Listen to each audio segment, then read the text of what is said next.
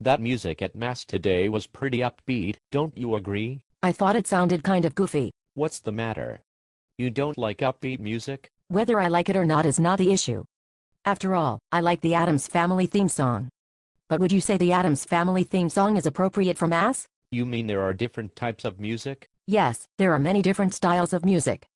Different styles of music are appropriate in different circumstances. Broadway-style music and other pop genres move me emotionally. I'm glad to hear that.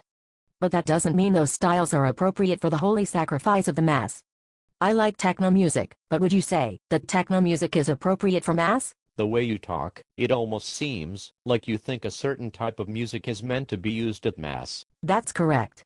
The Second Vatican Council said Gregorian chant is to be given pride of place at Mass. Gregorian chant is old. So is the Bible. Young people probably wouldn't like Gregorian chant. Actually, once young people are exposed to it, they learn chant and polyphony better than anyone else. I feel like you're just making stuff up because you don't like pop music. In 1967, the Catholic Church officially stated that those instruments which are, by common opinion and use, suitable for secular music only, are to be altogether prohibited from every liturgical celebration, and from popular devotions. How come you don't want to be entertained at Mass? Cardinal Arinze reminded us a few years ago that people don't come to Mass in order to be entertained.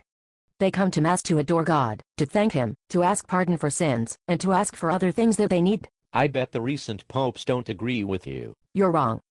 John Paul II said that if music, instrumental and vocal, does not possess at the same time the sense of prayer, dignity, and beauty, it precludes entry into the sphere of the sacred and the religious. You're probably taking Pope John Paul II out of context. John Paul II went on to say, with regard to compositions of liturgical music, remember that the more closely a composition for church approaches in its movement, inspiration, and savor the Gregorian melodic form, the more sacred and liturgical it becomes, and the more out of harmony it is with that supreme model, the less worthy it is of the temple. Is this emphasis on Gregorian chant and polyphony something the Church only recently invented? Pope Pius XII wrote in 1955 that the chants and sacred music which are immediately joined with the Church's liturgical worship should be conducive to the lofty end for which they are intended. I seem to remember reading something from the Sacred Congregation of Rites. I think from 1958. What did you read? They said the difference between sacred and secular music must be taken into consideration. Some musical instruments, such as the classic organ, are naturally appropriate for sacred music.